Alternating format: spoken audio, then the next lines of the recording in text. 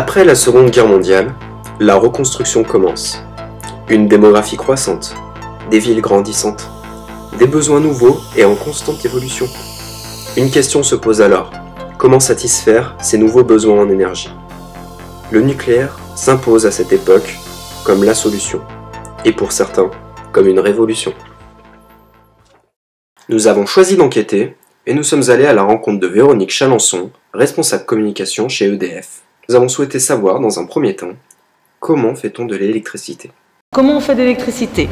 Le but du jeu, c'est de faire tourner ce qu'on appelle un aimant, un rotor, un électroaimant en ce qui nous concerne, dans une bobine de cuivre qu'on appelle un stator. En fait, faire de l'électricité, c'est facile, tout le monde sait faire. Il suffit de faire tourner un rotor dans un stator. La problématique aujourd'hui, en 2011, c'est de trouver de l'énergie.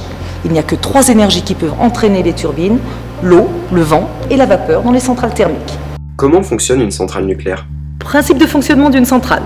3 circuits indépendants, un circuit primaire, de l'eau chaude sous pression, un circuit fermé, étanche. Se trouve la cuve du réacteur, le combustible à l'intérieur, la fission de l'atome qui dégage de la chaleur, de l'eau qui récupère cette chaleur et qui ressort à 320 degrés, je suis obligée de le préciser, mis sous pression, qui part dans des échangeurs de vapeur, qui revient. Des tuyaux chauds, on veut faire de la vapeur, on amène de l'eau plus fraîche qui vient d'un deuxième circuit, le circuit secondaire de l'installation. Un circuit en phase vapeur, puis en phase eau. Le stade déchet zéro existe ou existera-t-il? Quelle qu'elle soit la production, de quelque bien soit-il, il y aura toujours des déchets qui seront faits. Quel avenir pour l'énergie?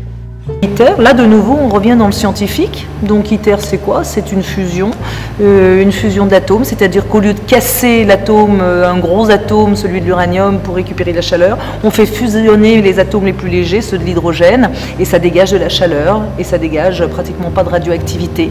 Donc voilà. Peut-on parler de révolution?